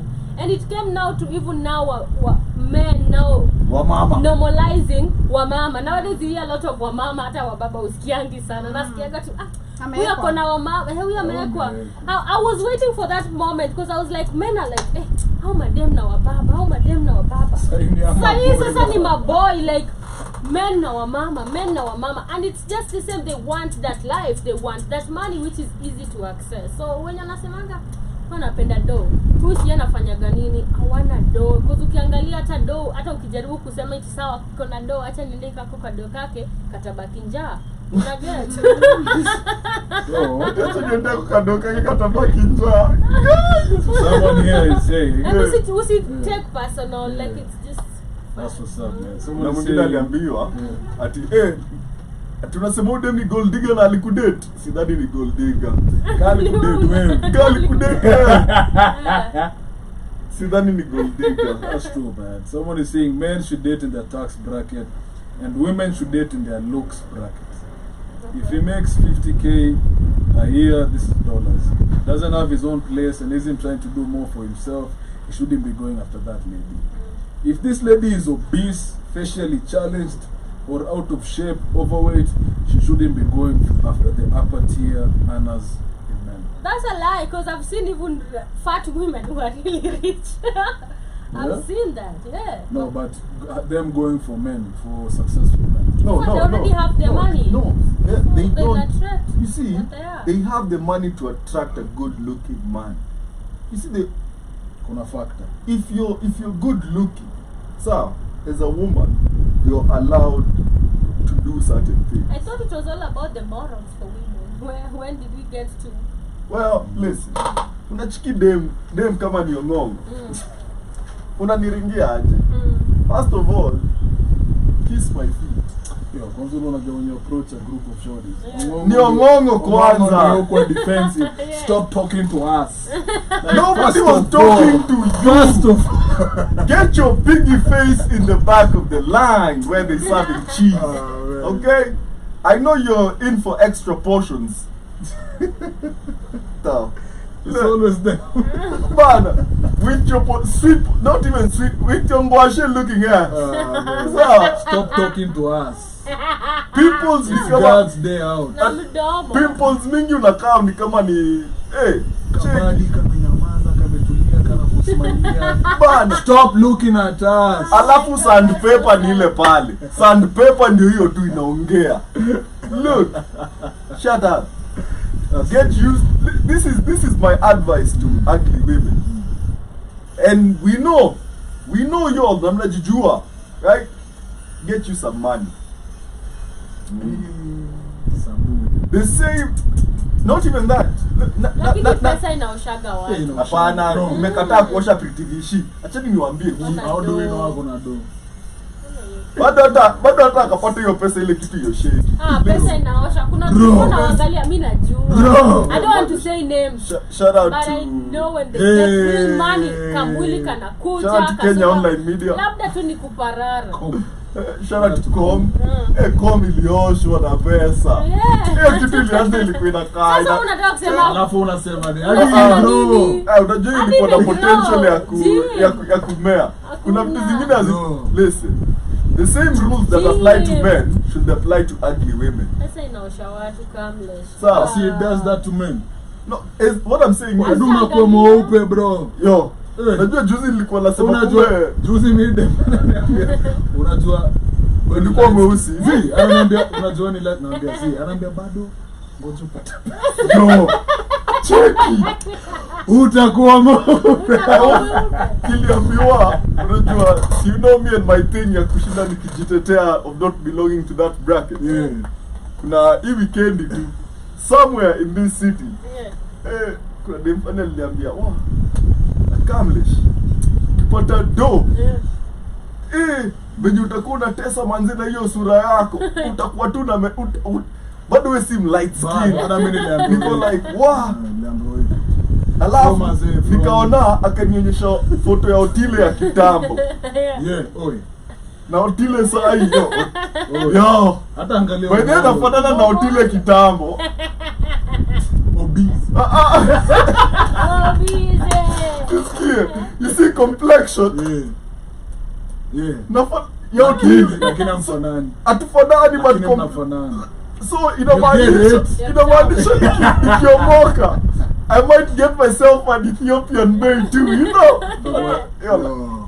It's real. Hey, you know, your money fixes you up, man. Yo. My younger brother was light skinned. I use him as an example. He was light skinned. So akaingia high school akakuwa mweusi. Hadi najiuliza haogi kwani huyo like he was alikuwa mweusi ameparara alikuwa na kama lori, you know. I used to ask kwani hauna sabuni shule, like mwili yako ni sabuni ya lotion. Before he went to high school he was light and then from nowhere na alikuwa na kamwili like he's just dark skin and slim and he just looks bad. Ameparara man he washes people. Pesa ni tamu. Mimi nimejionea. Pesa ni tamu. Mimi nimejionea. Para bila pesa kidonda. What? Yeah, but real talk. Yeah. Kuna watu wezi osho na pesa. Tutaangalia pesa, siangalia sura.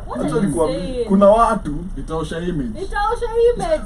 Utaangalia my perception. Perception. What do you see in him? Personality. Pesa. What do you mean see? Dollar signs. What do you see? What do you mean see? Pini ATM na isikianga. But let me ask you this. Yeah. The ladies first. Where you are in life right now, yeah. Joby and Shmani, would you accept now society dating someone who's a bit below your tax bracket, but not Joby? But definitely below, like, you know. What do you mean? Clearly do, yani. But that's it too. Morally too, you know. Ipo siku tutakupenda. No? Shmani? I think we talked about this last week because we were talking about hypergamy, yeah, and all that. And unaweza sema there's two chances. I gave a whole lot of story. There's two chances. Unaweza toa useme hapana, kumbe ako kwa piki yake. Yeah, he's just about. Unajua just about. Alafu wewe useme like no, unajua. And then when you look and then the next one like me naangaliaga nasema sasa udem next day na enjoy kila kitu ningekuwa na enjoy right now. Unajua because ulimwacha kwa hiyo situation yenye yako hivi.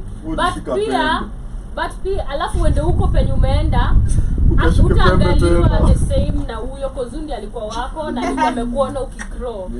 And then again number two is you might actually stay with him and it doesn't work, so you'll be like, and then you know when you're with somebody you're in denial, like it's gonna get better. And then when love is now involved and emotions and feelings, you're like uko like unaumia ndani ya roho, but uko like probably it might get better. And years and then you know when years keep coming by you can make a mistake also ushike mimba. Now you have a family and you're stuck with this person and it's just effed up for you. So there is two perspectives. So it's I don't know, unaweza sema teacher niende potential.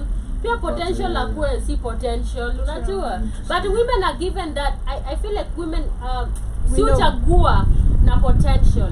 At a younger age you can tell who's about this unachagwanga bwana huyu akona potential. Huyu nikikana yeye najua tutafika pahali. We know how to look at that. We know how to figure out that. That's why unapatanga most women hata akiwa younger anaangalianga hapo 28 30 anaona umse kuna possibility anaweza kuwa hivi and you go and grow with that person. But there's a huge pandemic right now of women in their early 30s and their mid 30s in pain, crying out because I could like fresh after campus, I was with Kamlesh. Yeah. We were, you know, in the same school. Ama alikuwa shule nyingine.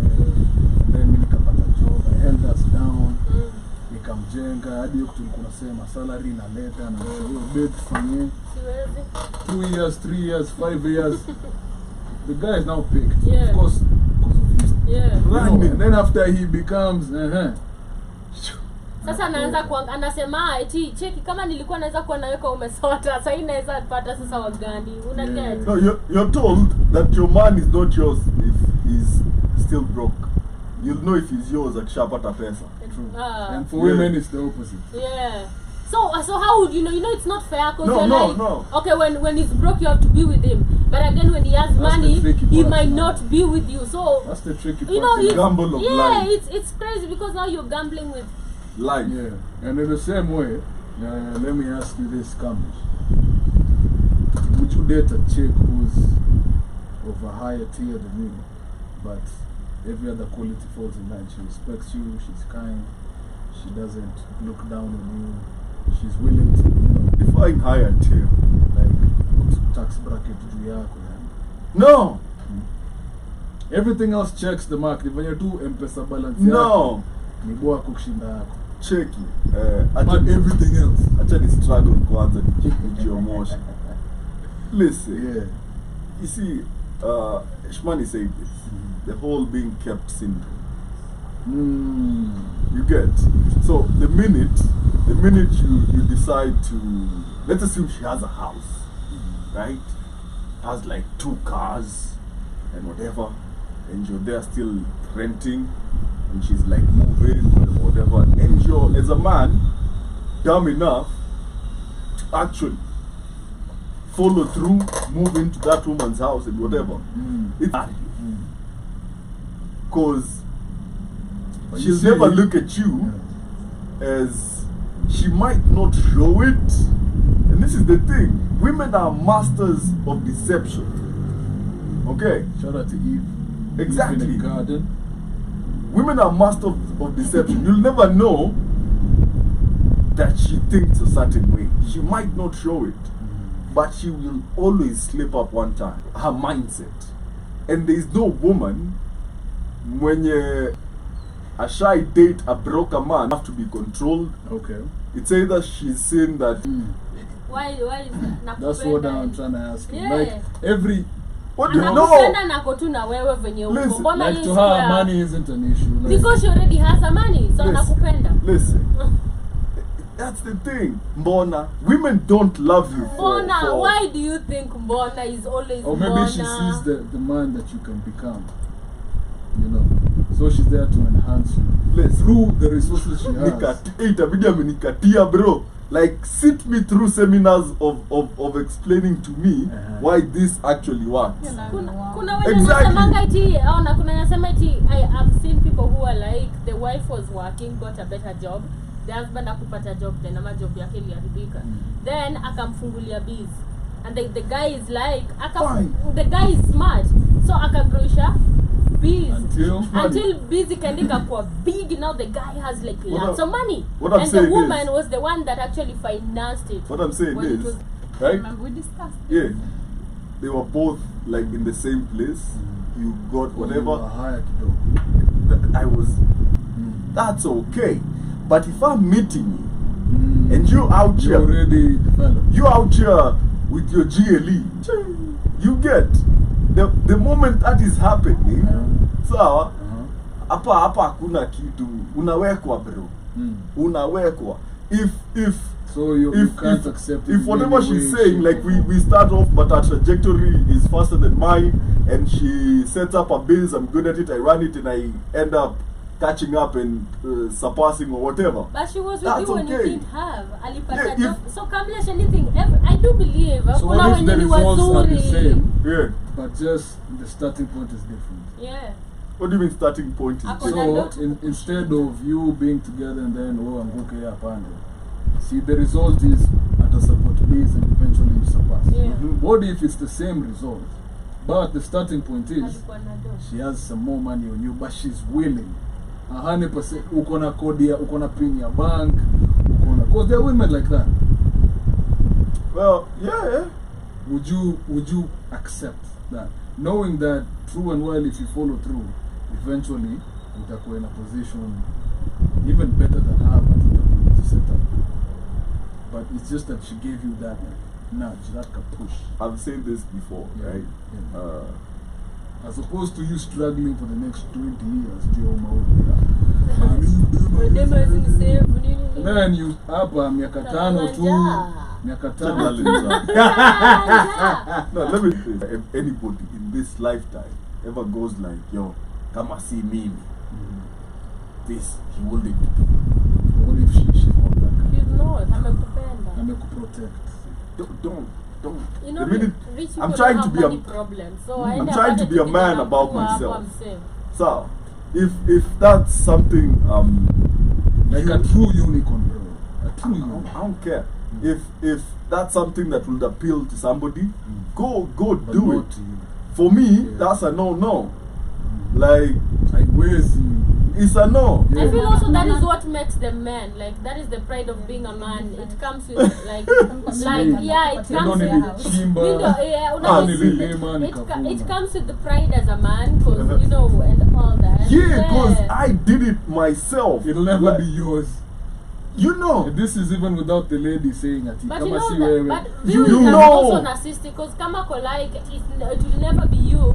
Huni mtu mwenye kama kona yataku No. anakuwa like huku ai wewe huwezi fanya chochote wewe, huku unisaidie kwa hii maisha, I made this by myself. Unajua ni mtu kuna atakuwa that school of thought where ladies are like, for example, I saw when I was researching this topic, I saw a lady who was like, she left her ex because of that, and then she was back in the dating pool, and she met this guy online, and this guy was already off the joint, like,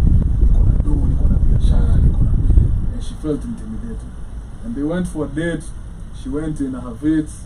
This one came in a Porsche, paid for everything, and after the date she was like, anyways, because she just felt like, That's a hingeo.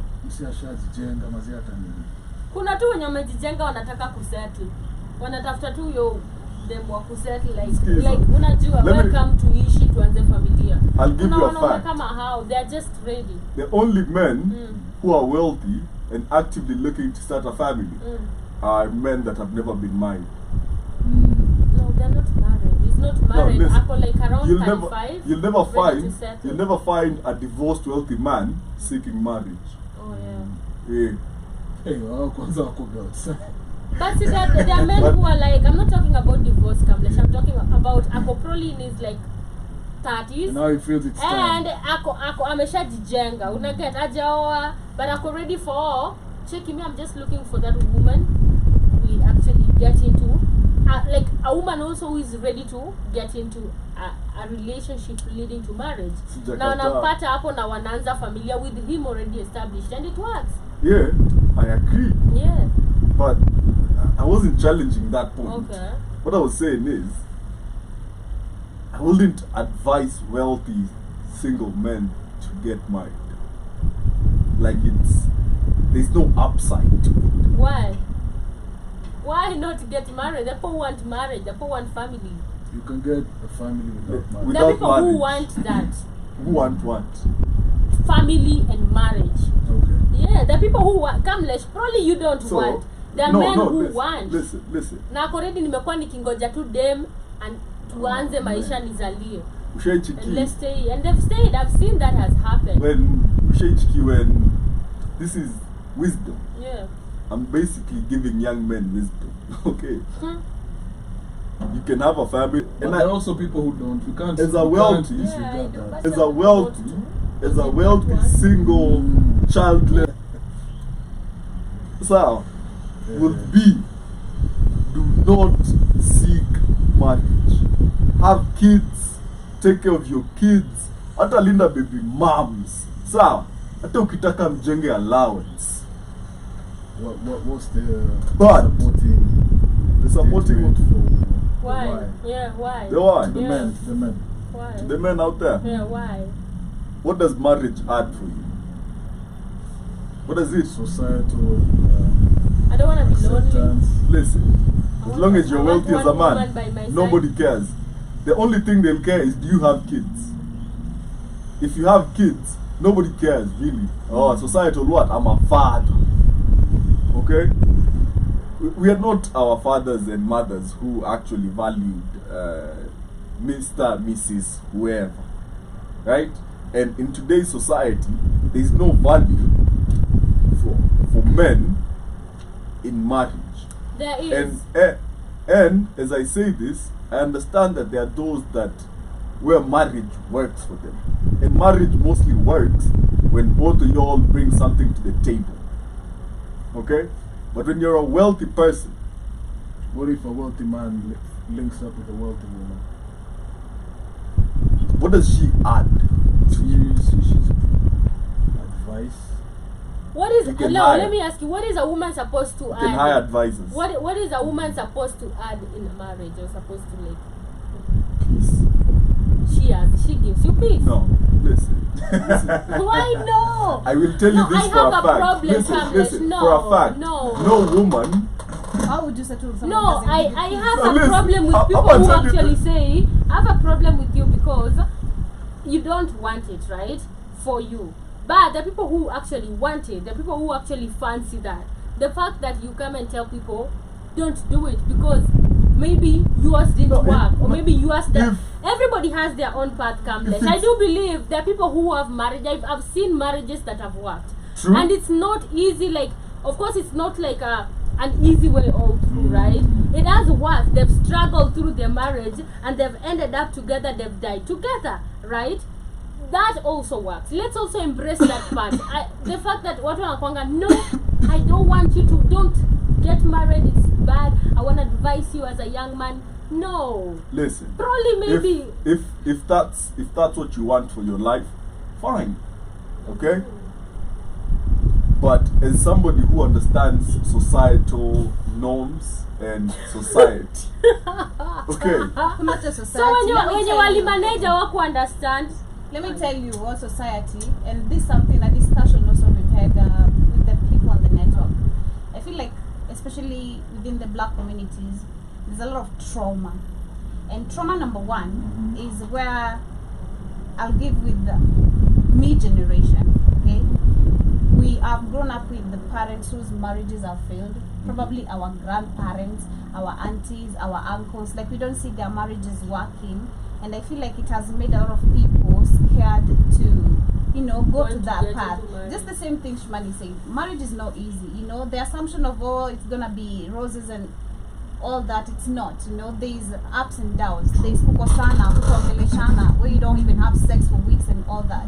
There's kids, again, if you're gonna extend the family and all that. And I believe when you say that, if what HR has asked you, if a wealthy man links up with a wealthy woman, and Shmani asked, you asked what does she add, say the business, value, What- peace. And there's no way you're gonna tell me what peace, or there's no peace, there's no way you're gonna settle with someone at the beginning knowing they don't give you peace, okay? You might not probably say it at the beginning, but like you said, as You always know. yeah, utajua character za mse tu mkikana Kwani yeye. mnaonana In the mnaona long saa run. hizo? It's good to give advice because it's good So, to give advice to people. People have different perspectives are so my about advice. things, but from our folks' experiences or our generation's experience, and we feel like we have fear of failing because we might go through the same experience. Me, I So have that. let me say this, right? And I'll give examples. How many uncles or grandfathers or whatever who are in their 50s, 60s, still married, I do. My dad is still very married. but are hated by their kids, hated by their wives, okay, and are very lonely in that house, don't even get taken care of while still married, okay? A lot, and if go, That's not a lot. Wah, let me tell you, men after retirement, ndio utajua kuteseka inakaa aje. When you can no longer offer your wife money, when your wife had the time to manipulate the kids to make you the bad guy, when your wife actually, But not everyone in their 50s are retired.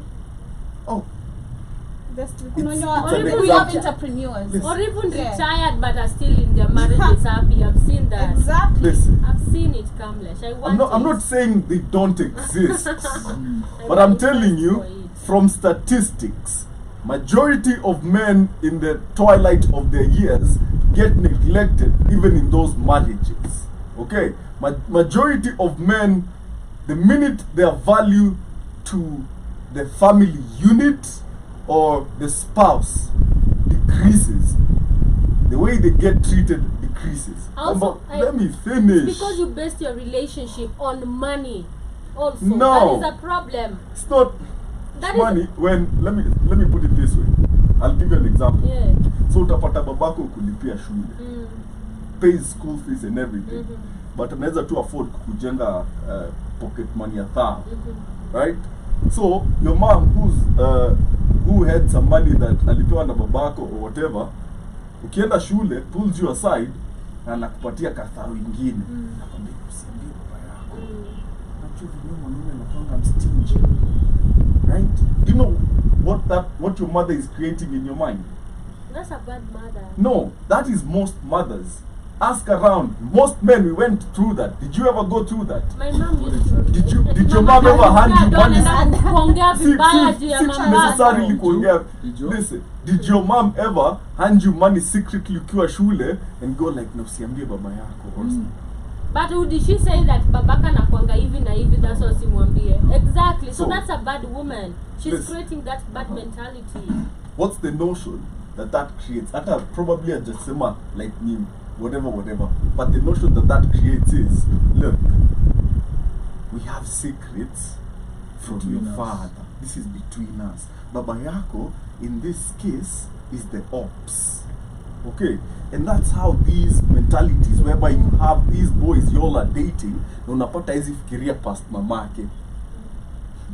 Hapana, Mamake Kamlesh, akisema- mimi nakataa hizo mamake zote. akisema- Hapana, Kamlesh, unajua mbona nakataa hivyo? Kamlesh, we don't hate our mothers.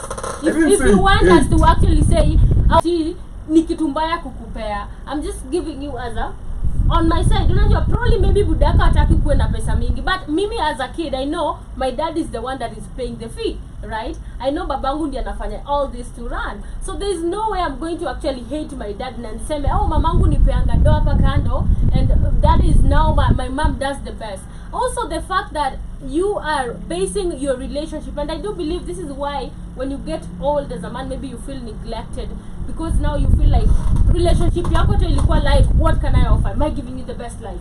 It's beyond that when it comes to family. It's not there are people who have grown up from really poor like the family. idealistic Wait. families you're living. No, there are people who have had families that are not well off but wamependwa. Unajua nasema unconditional love yenye mzazi wangu alinipea, una get. Ikifika point yenye hadi kama anazeeka, unapenda budako ya ukweli au mpendi juu budangu alinifanyiaga hivi. Unajua, baba huyu alifanyia huyu hivi, sasa naenda kuchukua. There was more than just I gave you this life. There was love. There was how you actually raised your kids in a way. So I believe that is also a factor. Unapata ile ukishakuwa mzee ti what Kamlesh was saying that ukikuwa mzee There was a story watu wanasema eti hapana eti kuna ease of Kamlesh, lakini kuna wenye pia wamereziwa loving unconditional love. Their parents gave them that. Mbona you're so quick to put the but on what I'm trying to say? Listen. But you're there saying was a it's story not on just, it's Passion. like statistics or something. Yes, that you can Not all. you can look. Google is a liar. Let me look for Google right now, Kamlesh. Google is a liar. Story on So Pasho. there was a story on Pasho where this man, he used to work in Nairobi, and the family lived in the rural areas, Yeah. right? So he'd send money home Yeah, and he'd take care of his family, yeah. right? Alilipia watoto school fees, kila kitu, everything. Would send the wife up money, he'd Yeah. do everything, right? So what the wife will do, because the man will come home rare, Yeah. because akomboka alikuwa anasema alikuwa anafanyia mwindi kazi, Mm. so Really. so he can't come home like every month, anakuja home like thrice a year. Yeah. So the mom will tell the kids that baba yenu hata anisaidiangi, mimi ndio walipia school fees and everything, right? So this man will always wonder, mbona, because he doesn't have the time. Anaenda akienda hiyo kuenda nyumbani ni like 2-3 days. One of the attitude. Anashangaa mbona watoto hawapendaki kukaa na mimi, mbona nini. Na No, najitesa but huko. do you understand why hayuko ndio usome? And this is what I'm saying. Basing your relationship on hakuna hiyo love, una get, because you're not there to raise your kids. Kamla, she's operating from your first peak. Yeah, and that's the Provision. problem. We always base on one factor. Because he has to. That's why relationship He has. are like He has to wavy. provide. If I don't provide, my kids won't go to school. But create time for your family. I believe. How? I believe Shwani. Y'all are speaking from such a position of privilege. Y'all act like you don't understand what our nafanya kazi outside town and we never used to see them, but when they get that time they raised us. Kamlesh, historia ukikuja 3 ona nikwambia, unaona watoto wako Jobi, realistically unaona watoto 3 times a year, okay? Na una expect mama wao mwenye ako na wao kila siku wasikae na wao. By the moment you're coming to them, they see you as a stranger. Sure. As a stranger, real talk though. I didn't even finish. I can just Okay. tell. So, when this man retired, actually he got an accident at work. Angefanya kazi anymore, right? So he went home. When he went home, sahi watoto washamaliza kampo. By the way, amewasomesha like they are well off. So alilipwa some cash by the company for the injured. So while he had money, he took care of everything, right? So he couldn't work. When money started running out, I can notice attitude ya bibi ina change, right? Because now he didn't have it, he couldn't provide. So this one time wako about kulala njaa, simu ya bibi ikapigwa. So he knew the wife's pass. Simu ika missed call. Yeah. Akaingia akaangalia aliingia kwa messages accidentally. Akaangalia kwa M-Pesa, this woman has over 70,000 balance. M-Pesa balance. That's The last the last message alitumiwa, the last M-Pesa message ni ya mtoi wake ametumiwa 15 and it was earlier that day. Yeye akiitisha watoto wake wanamwambianga hawana pesa. They never send him money anytime he's ever asked them for money. Yeah. So decides to really start checking out the wife's texts with the kids, and it's all negative about him. That's wrong. So the problem Right? here is the wife, right? And That's right. and he says that he had conversations na watu age yake hiyo mtaa. The man. Yeah, Okay. because he was trying to consult the men that are nyumba kumi, you know, Yeah. and they all had the same narrative. Same narrative. Sawa, umejengea mtu, when you had the energy, you sacrificed yourself. Instead of this woman actually singing about your praises to the kids and how you sacrifice yourself.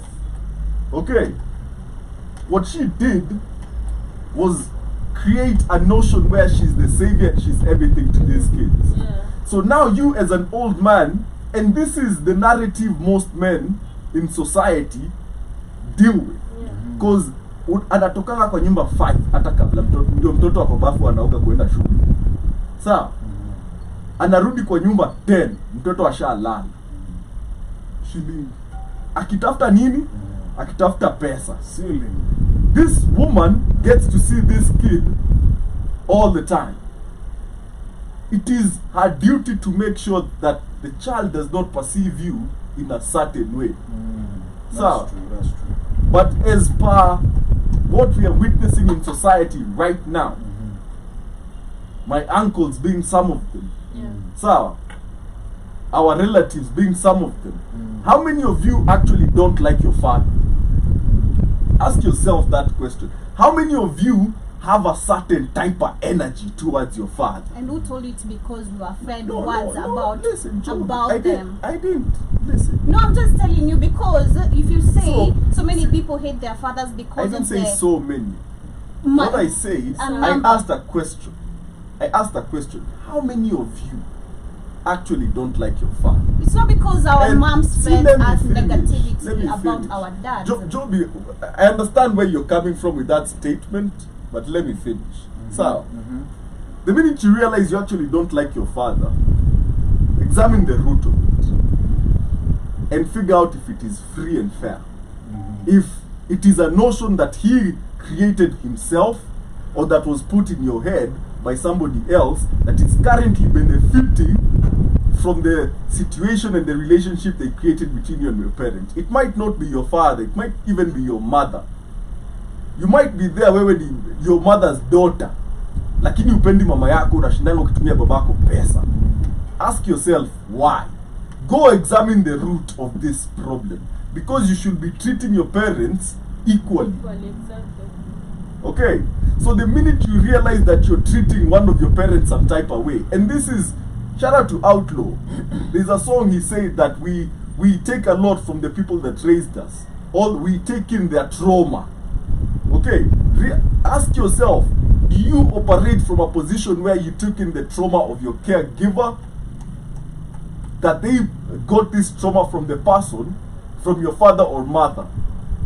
And are you actually handling second-hand trauma, secondary trauma, that now you feel some type of way towards this man? Yeah. You get? Because there is a healthy way to it. If he was a messed up human being, well and right, but examine it.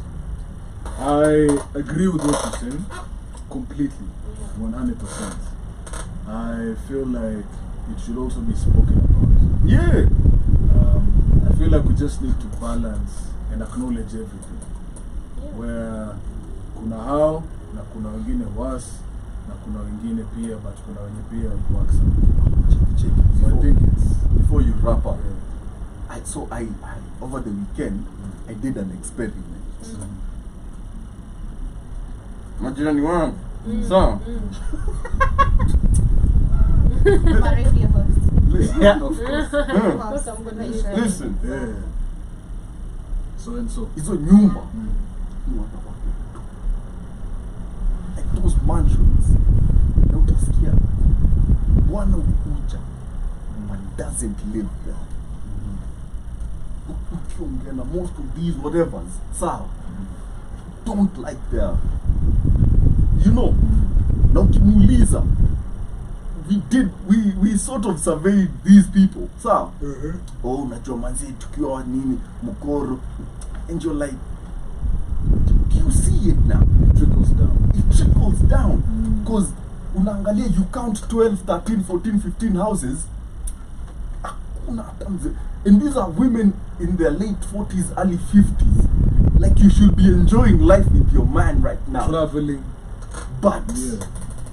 na wenye wako sawa, wenye wako area, they are husks of their former selves. Like they have been diluted into yes men, into acha kwanza niulize bibi people. You get, as in they've been diluted to this, you can't even call him a man by his own right anymore. But anyway, As we're winding up, closing remarks from the My ladies. closing remark. Yeah. I really understand where Kamala she's coming from, and that really exists. It exists, and it it's exists. We happening. can't cut it off. It exists, and of course, I also do believe if it also depends on who you marry. Because if I'm a morally upright woman, I'm not going to teach my kids to disrespect their father or to look at that way. So that is, it also comes down to who you marry, right? I feel that is also a factor on this. But my closing remark is, man, it's crazy. Just, I don't know. Nikunoma. Like marriage is not easy. No, it's not easy. Yeah. Of course, it's not for everybody.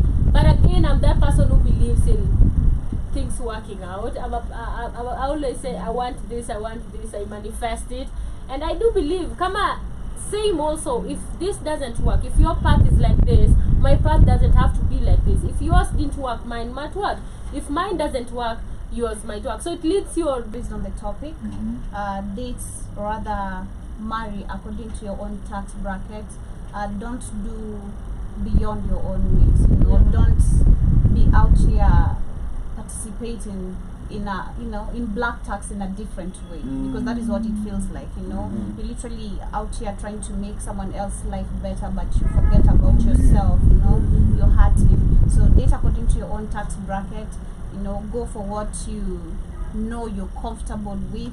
And on the fake friends issue, understand what you're dealing with for you as a person. You know, if you have maybe childhood trauma, you know, deal with that. It takes time to understand you're dealing with that, but the moment you understand, it makes things easier. The rest of your relationships, friendships, you know, very easy for you, because it is all about you. That's what's up. Thank you, Joby. Sir Kamlesh. Man, live your life. Come on. You know, live your life. Yeah. That's all I can say. Live your life. Live your life. Yeah. That's what's up. Live your life. I would say live within your means and mind your own business. Yeah. Just mind your own business. I'll say. This has been the Black Kings Frequency. Catch us on Thursday. Same time, same place. I'll see you. And alafu hapo baadaye pia catch Joby and Kamlesh for The Culture Show, 8 p.m. till 10 p.m.